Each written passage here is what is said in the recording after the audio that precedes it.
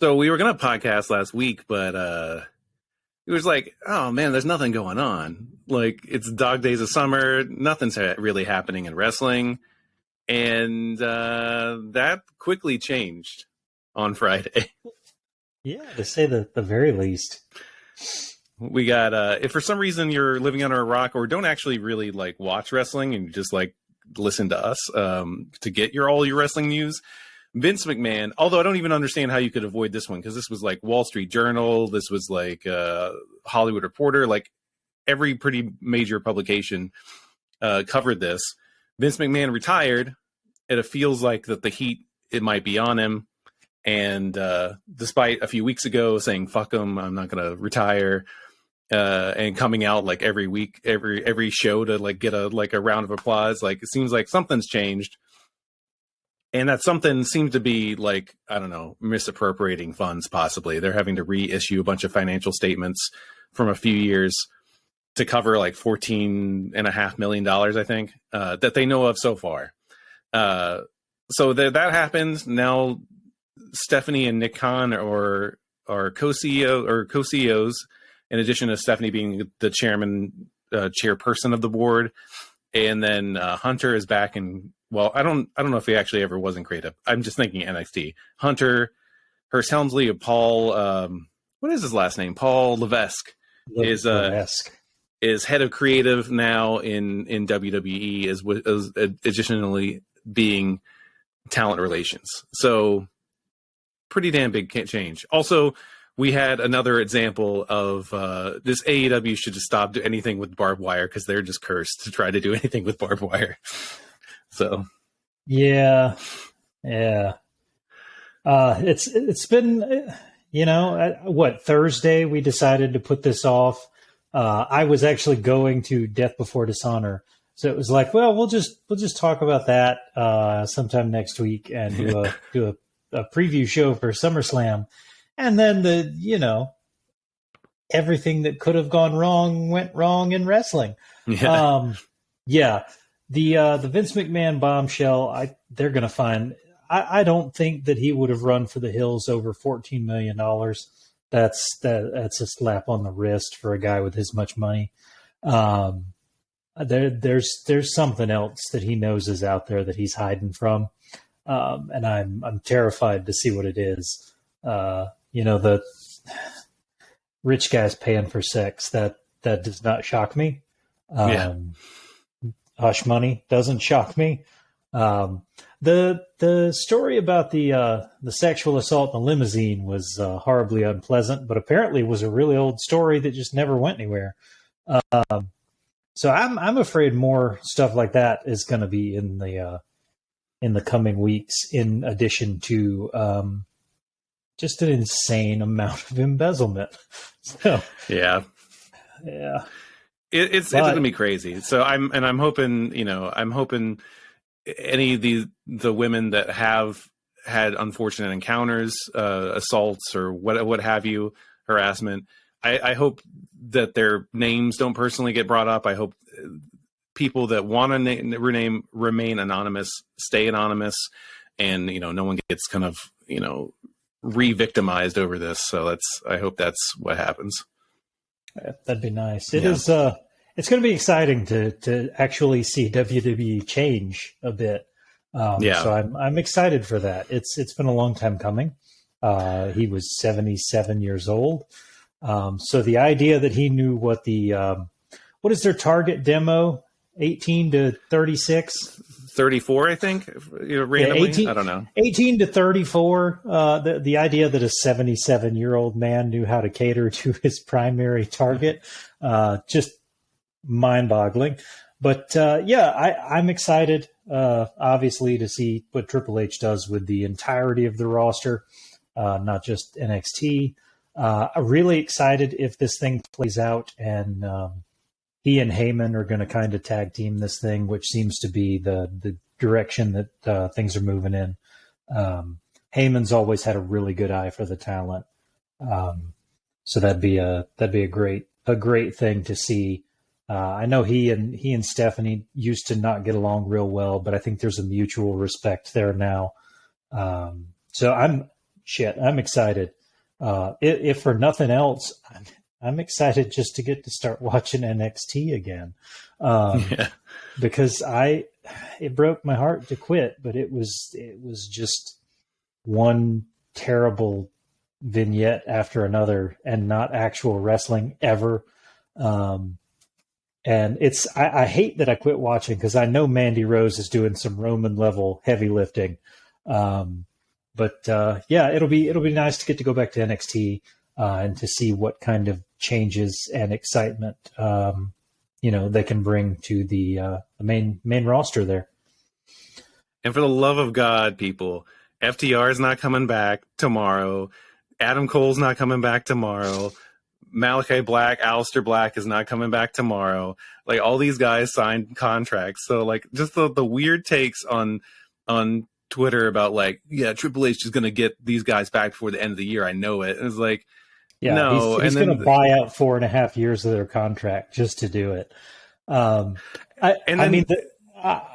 don't think that some of them leave if this move was 2 years ago.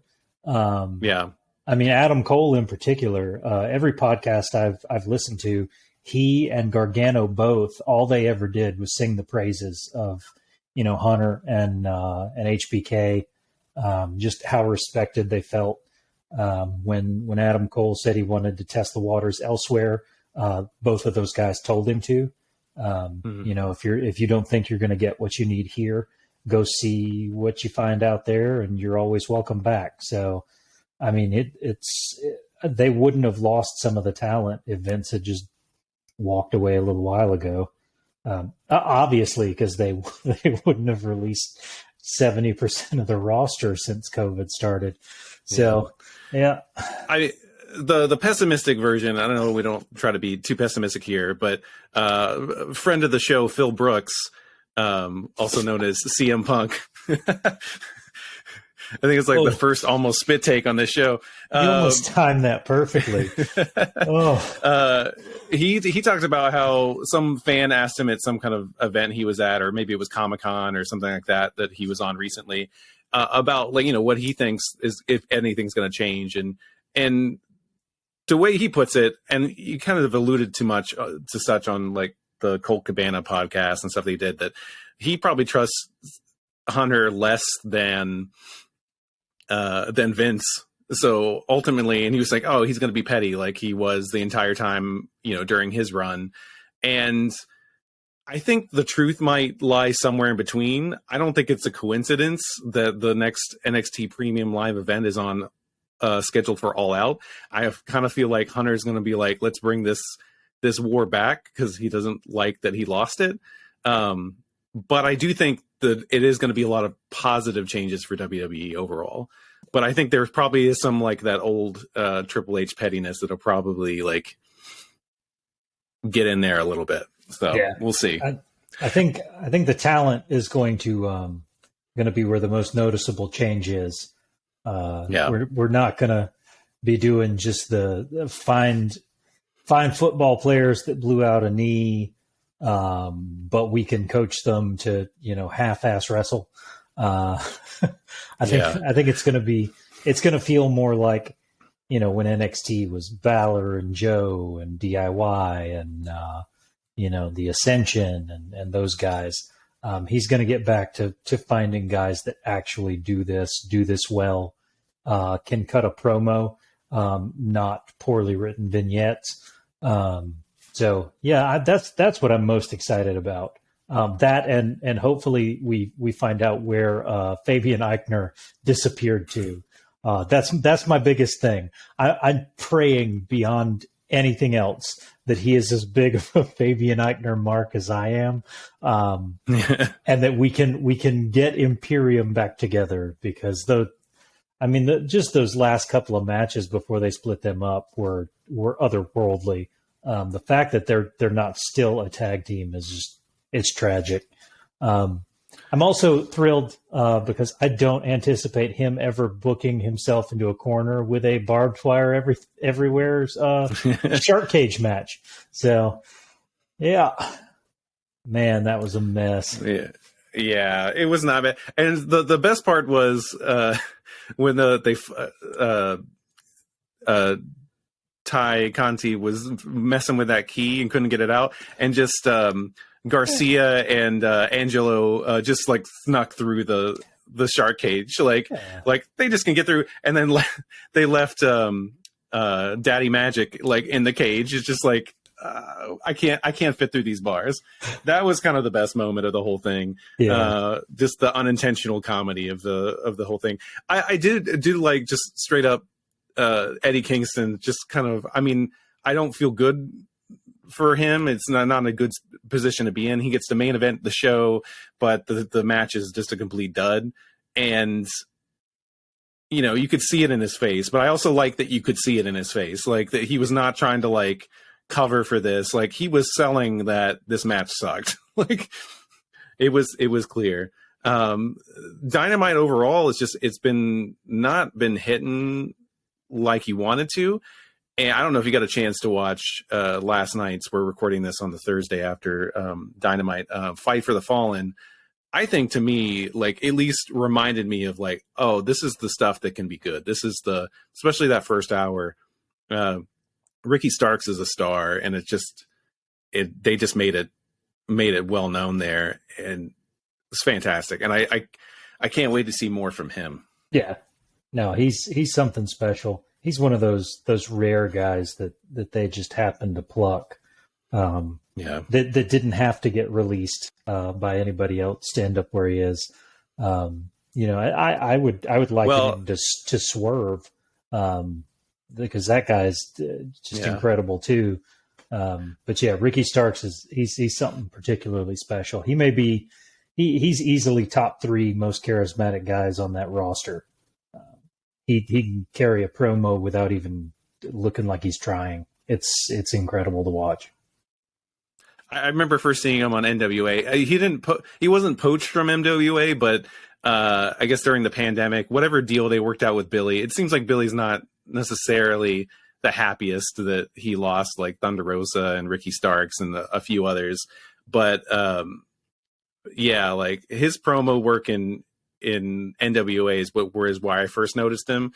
And when he popped up, you know, he's done a great job with Team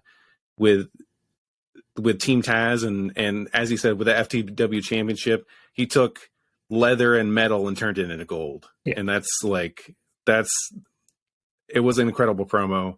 That spoiler alert got cut short, but you'll have to check that out on your own. Yeah, and just if nothing else, too, he took Hobbs from.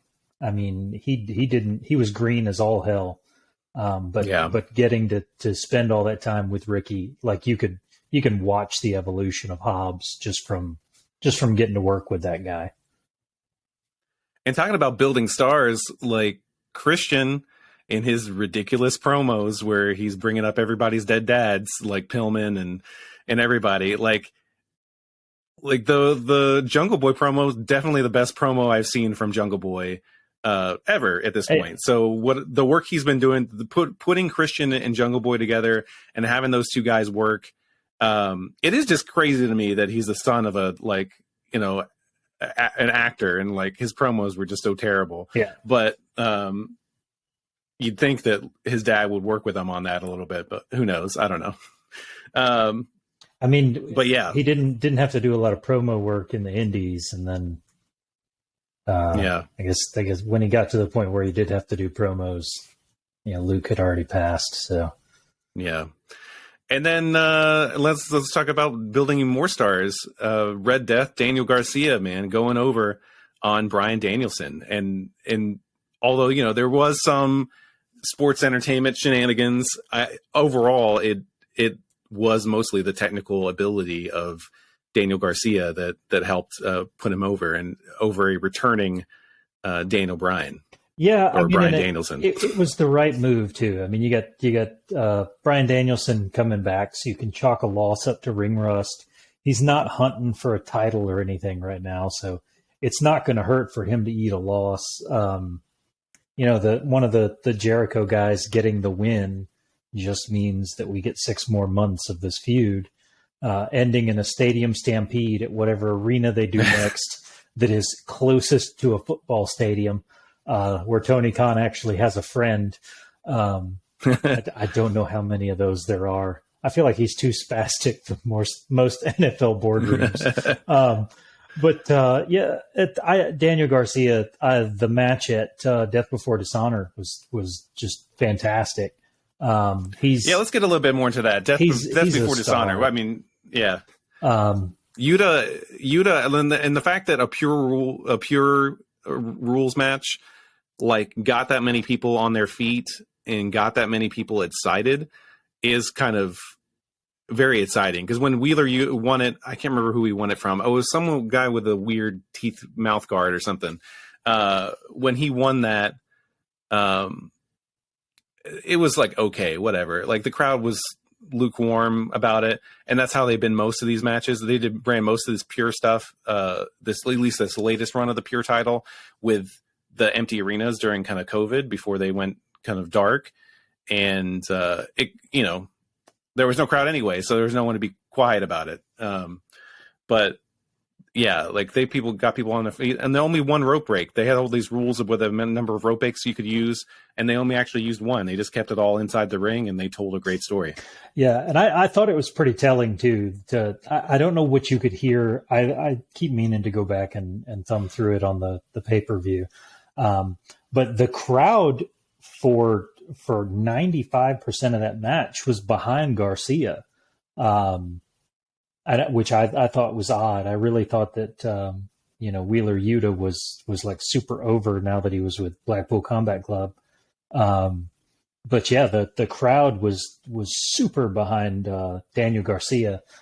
Match was great. Keeping the belt with Yuta in Blackpool Combat Club with the new Ring of Honor champion there was a good call. But I do believe that it's only a matter of time. Daniel Garcia's got to get.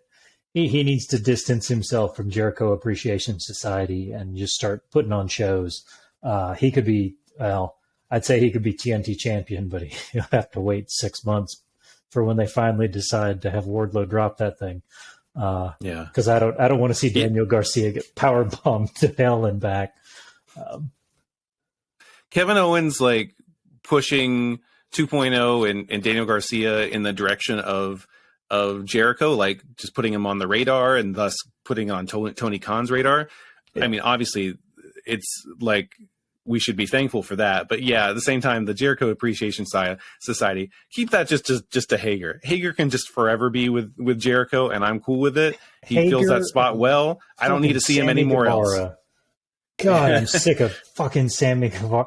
When that Shark Tank match or Shark Cage thing starts and Sammy and Ty Conti aren't in the cage, right out of the gate, you knew this was going to go to hell very quickly. And yeah, nobody wants this. Nobody needs the barbed wire. All we want is Kingston to run a 30-minute match with Jericho, go over clean, and let this shit end. Because if you getting stuck in a feud with Jericho at this point, it's worse than getting stuck with QT Marshall. Like getting stuck in the feud with QT killed Cody. And I think getting stuck with Jericho is worse at this point. He stifled any upward mobility that MJF might have had for 2 years that whole thing lingered on. It just, I don't know. Get some of those guys are far too talented to just keep having the same array of matches. And it's all 50-50 what do you think booking unless it's Jericho. Yeah.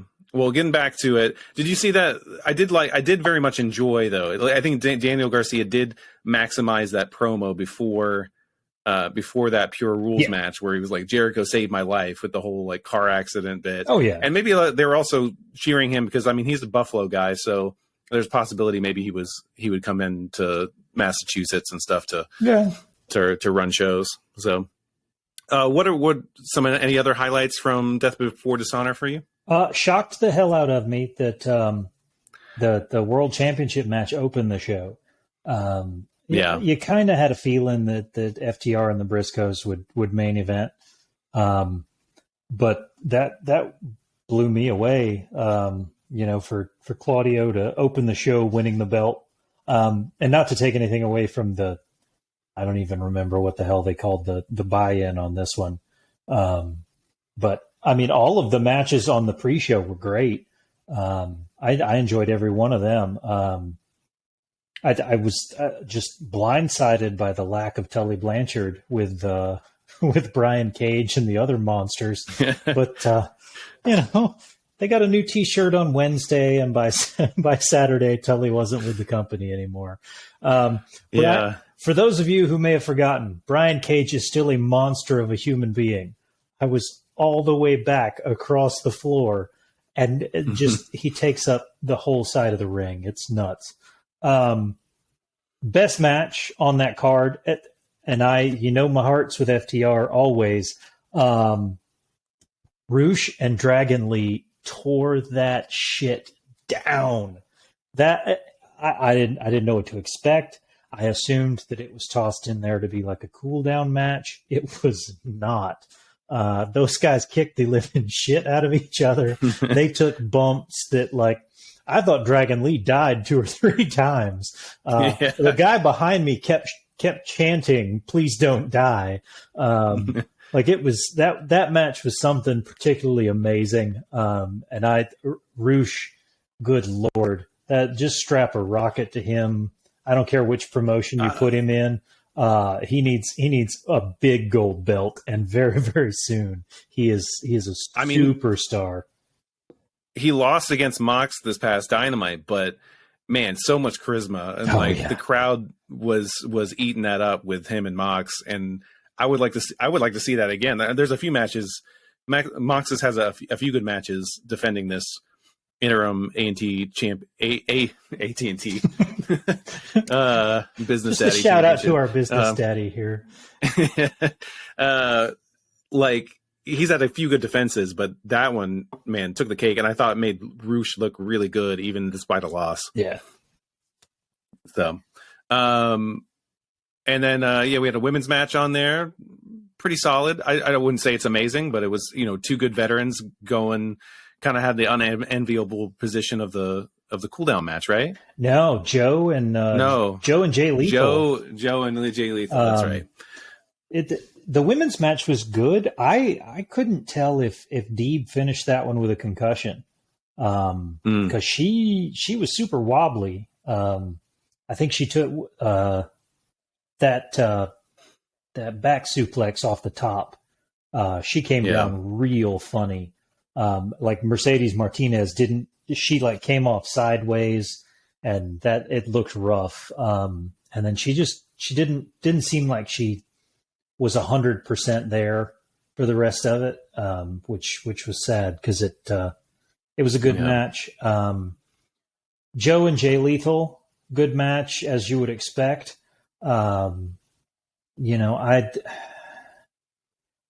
Just a whole bunch of interference in this one from the 95-foot tall basketball player that somehow still hasn't been booked to wrestle Shaq. It just seems like a no-brainer. But Joe retains his belt. Mercedes Martinez kept hers. Yuta Wheeler is still pure champion. Dalton Castle and the boys are your new 6-man tag champions. I went to the show with, we were staying with a friend of Daisy's, and her husband he hasn't been to a wrestling show since, he was a teenager. Didn't recognize any of these people. And when Dalton Castle came out, he looked at me and said, "Well, that was an entrance."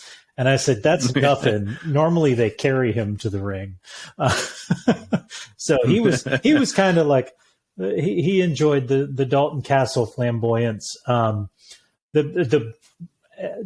Roosh Dragon Lee match may have been match of the night, but Dalton Castle using the boys as projectiles for a good 5 or 6 minutes straight was the moment of the night. That was just fun to watch. And I love it's basically going to be Freebird rules with this 6-man championship because he just hires like local wrestlers in whatever town he's in. Like, I'm sure he's got some repeats, but it's going to be a different two boys the next time he defends these championships. Yeah. So let's talk about SummerSlam a little bit. We've got a few matches that are on the card that we know of.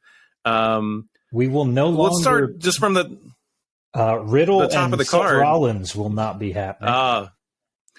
That's right. I do believe that Seth Rollins will be on the card somehow.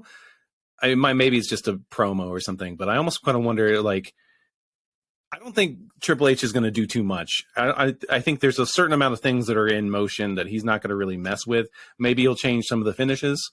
I think Cody is somehow miraculously cleared enough to be there in some capacity. And he's going to face he's going to face Rollins again and win. That's why I assume that the Rollins Riddle thing isn't going to happen. I think Rollins will get to go out and start a promo, and then the big stadium in Nashville will get the full Cody entrance. And it'll just have like just his arm in a cast, straight up cast, and like he'll just still win. No shirt, he'll still just surgical scar all the way across his chest. Yeah, no, it should be a giant clusterfuck there. But yeah, what have you got the card in front of you? I've got a card in front of me. We've got let's stop at the top of the card. I start at the top of the card. We've got Roman Reigns versus Brock Lesnar in a last man standing match. Supposedly the last time ever, and I believe it. I believe this is no longer going to be a break in case of emergency like thing like it's always been with Vince. I think this is actually really going to be it. And I think Roman Reigns retains, and I think Brock Lesnar just kind of goes away for a little while because he just doesn't really care that much. I think that Brock kind of wants to ride off and see what's going to happen with Vince gone. I do think this will be the at least for the next, let's say, at least until summer or WrestleMania 40, we'll get a reprieve from Brock Roman. But yeah, I'm with you. I think Roman retains. I think Austin Theory tries to cash in, and the Usos absolutely destroy him. Or John Cena cuts him off because there's a history of John Cena costing people cash-ins. That's bum-ass Corbin. Bum-ass Corbin versus Pat McAfee. I'm going Pat on this. 100%. It'll be. This is the only this feels like the only like combination of people against Corbin that makes me like I'm excited for a Corbin match. So I do want to see this. Raw Women's Championship: Bianca Belair versus Becky Lynch. I don't know. Bianca retains. I don't really have a strong conviction on this one. I'm curious if we're gonna get a return to a different version of Becky. Now that Vince and old pervert Kevin Dunn aren't in charge of who gets to hold the women's belts. So I'm hoping that Becky can get a win here, and we'll get to go back to one of the more fun incarnations where she doesn't dress like Lady Gaga and cut whiner promos like heel Seth Rollins. I'm hopeful that that's the direction. And I don't think there's any harm, and they're just going to 50-50 book this thing back to Bianca by the time Survivor Series comes around anyway. But we'll see. Or somehow Charlotte Flair shows up and leaves there with that belt. And she also leaves with the SmackDown Women's Championship as well. Liv Morgan versus Ronda Rousey. Liv Morgan was the current champion. I don't know. I think you just got to keep it on Liv because no one wants to see these heel women right now. And it was a nice story. I don't think it's time to end it. The crowd has reacted really well to Liv. She is like number 3 or 4 in merch sales for them right now too. So people have really responded to this. And apparently Ronda Rousey did not want to be shoehorned into a championship. So I think that all the layers are in place for Liv to retain. I think this one could be a better match than we've seen from Ronda Rousey on numerous occasions. I think that Liv being not, I mean, let's face it, Liv's not Charlotte Flair. She's not Becky. I think you're gonna get a better showing out of Ronda because she's not trying to work up to somebody that's just better at, you know, the performance of it than she is. So it could be a really good one, but I think Liv retains. Yeah. Now here's a weird one: the undisputed WWE Tag Team Championship. We're getting a run back of the Usos versus the Street Profits, but this time, inexplicably, we have guest referee Jeff Jarrett. The night before Jeff Jarrett is going to be on a completely different wrestling show. I don't know why that's happening either. It makes no sense to me. He doesn't really have any tie to any of them. I was even trying to think back if he had some long-standing feud with Rikishi that this could tie into, and I don't think he did. So I'm confused. It's weird. They did put on a banger at Money in the Bank though. So if nothing else, this will probably be your match of the night again. Yeah. Also, I think this is a kind of a run back too, right? Bobby Lashley versus Theory for the United States Championship. Bobby Lashley took the title at Money in the Bank, so this is Theory's rematch. I don't think things are going well for Theory, at least for the foreseeable future. I think he gets kind of knocked down a few pegs because he doesn't have the, you know, kind of nepotism. Even though it's not, you know, obviously they're not related to Vince, and it was all storyline. But I feel like that association is gone, and I think he has no more help. So besides having the Money in the Bank, which you've already alluded to him cashing in and losing it, I think he also loses here. Yeah, I think that I think he loses because more than anything, it's just Bobby Lashley is a champion. He's put the work in. He did the job for Brock Lesnar like he got asked to do. You know, he just does what he's asked to do. But when he's got a belt, Bobby Lashley is, he's a stellar showman. I think that getting past all this oiled up, strongman show bullshit that they were doing, and letting him get back to work as a champ, I think there's a lot more benefit in that. I think that most of them are going to see it. I'm also going to peg that Dolph Ziggler is going to cost Austin Theory this match, because I'm excited for that feud to kind of roll on. I think there's a lot of things that Austin Theory can pull out of a feud with Dolph Ziggler that'll help him progress really quickly, just a long way. Ziggler he had that effect on everybody he worked with in NXT too. So I think there's a benefit to that. We got Mysterios versus Judgment Day. No disqualification, Max. This is one of those weird things that hopefully SummerSlam ends and like, oh, what happened at Judgment Day? Finn Balor's just suddenly Intercontinental Champion. It's one of those things. The easy prediction here is that Edge shows up and helps the Mysterios get the win. So I'm going to go with that. I think the Mysterios get the win. I don't like seeing Dominic get wins ever. So I don't like that either. I have zero investment in this, which sucks because everybody that's part of Judgment Day is great. I mean, Ray is great. If Edge is involved, Edge is great, and I still just do not care. Well, I think Bray Wyatt's going to come back and run Judgment Day or something. I don't know.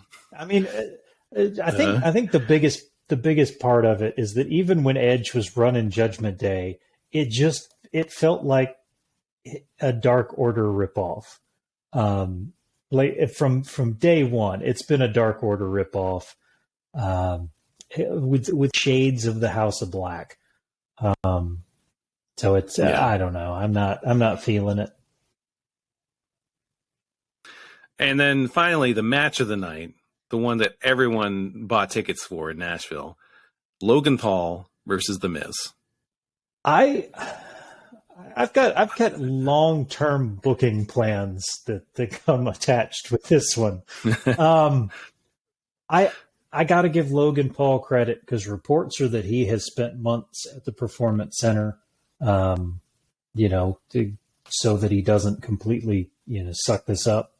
Well, and then he was great at Mania as a heel.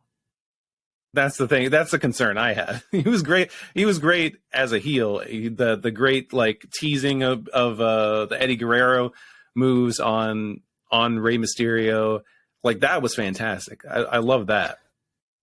But is he really going to be a face? I have to believe that the face thing is a work, mostly because it fits into the narrative that I have written that gets me to my ideal WrestleMania main event. So I anticipate Ciampa getting involved, and The Miz and Logan Paul turning on Ciampa during the beatdown. We're going to get Rebel Heart real loud in front of what they're calling a sold out Nissan Stadium. It's about 60% capacity. So I think we're gonna get Gargano. I think we're gonna get DIY back. I think this thing is gonna play out so that they get a tag match at Survivor Series. This will roll on into DIY, both being in the Rumble. I think one of them wins the Rumble. I think they have to eliminate the other, which causes some tension, and they have a singles match at Roadblock, with the caveat that the other DIY member gets added to the main event of WrestleMania to split the belts, and WrestleMania ends with Gargano and Ciampa each holding a WWE championship. So that's my long-term, just dream book this thing. It would take both members of DIY to dethrone Roman. So that's what I'm booking towards. I don't see The Rock fitting anything into his damn schedule. That's what I was just about to ask. Yeah. He's not just going to show up with a flamethrower for 2 minutes like he did in Mania 34 or 32. I mean, he could fit in an appearance at Mania. He can't. There's no way he could do any sort of build for a match with Roman. It doesn't work out logically. I mean, that Apple commercial that he did was pretty accurate. That he somehow was doing 85 jobs and planning a trip to the moon. Because that's what it feels like. The dude does not slow down. I don't know how he gets any free time with his family, but he clearly does because he posts it all on the internet. So you're saying that the unification of DIY is going to be enough to sell the tickets to Mania 39, which go on sale next month for some reason. It's incredibly early on sale date. I don't know. I don't know what is going to sell those tickets. Roman's still going to have the belt when those tickets go on sale, and we are going to be none the wiser as to who he's going to face at WrestleMania. So it's really weird to try and put those tickets on sale with you're not selling anything. Shit, truth be told, by that point, his leukemia could come back. The entire women's division could get COVID and just be gone. Who knows? Or Monkey Cron 9. the combination of monkeypox and the ninth variant just, of Omicron. I don't know. It's so weird to me that the tickets for these things go on sale so early. Because The Rock is out here, promoting DC Super Pets or whatever the hell it is. Him and Kevin Hart are on the road show for that, so he's not in Nashville. He's trying to get the XFL going. He's got 37 movies in the pipeline. It's not going to happen. So I don't know, unless they think that it's going to really move the needle, that Austin Theory's cash in is successful. I don't know. I mean, Roman's opponents could be Adam Cole, Keith Lee, Malachi Black, any of these people that are going to come back to WWE tomorrow. They're going to violate their contracts. And wonderful. Well, I think that ends it for this week. And who knows? We're kind of just doing it as we feel like the news is there. We might move a little bit back more to once a week, like we have been doing, but for now, in the dog days of summer, we're going to try to kind of figure it out. Although we do have SummerSlam this weekend, so that actually would be a good opportunity to come back. We've got to chime in on whether or not Ric Flair died on Sunday night. So, yeah. Aside from that main event, which, I would not watch for fear that I'd have to see him die. I mean, he could get hit with a lethal injection and die. And that should be an easy move to sell. It's just flopping. The rest of that card looks pretty great. There's some old timers on there, but I've never been not impressed with Rock and Roll Express, even at their extremely old, tired age. They still put on a show. We'll try and come back early next week, recap SummerSlam, let you know if Ric Flair is still alive, and we will see you then. Which somehow, if Ric Flair died in the ring, I feel like that still would be like the 10th craziest thing that's happened this year in wrestling, which is saying a lot. Probably be the third craziest thing in the last week, with Jonathan Gresham just up and quitting wrestling. So, yeah. Well, cool. Well, hopefully everyone, unlike Ric Flair, stays safe, and we see you next week. Like, subscribe, and ring the bell. Oh, yeah.